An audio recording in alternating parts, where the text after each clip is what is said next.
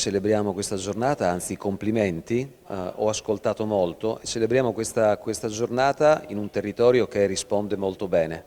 Diciamo che sotto questo punto di vista la politica dovrebbe cercare di armonizzare le buone pratiche di un territorio anche in altre regioni dove evidentemente non tutto funziona così bene.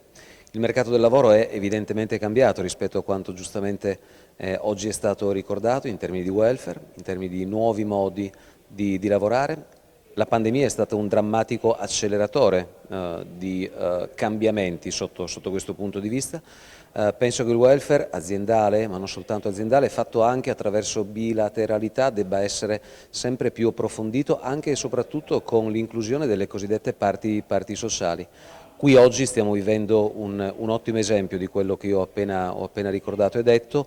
Importante per la politica ascoltare i professionisti, ascoltare, come stiamo facendo adesso, le parti sociali, proprio per cercare di uniformare, di proporre una sorta di protocollo unico, perché il mercato del lavoro va esattamente, sia da parte datoriale, sia rispetto alle persone che ricevono un'offerta e ricevono un servizio, esattamente in quel solco.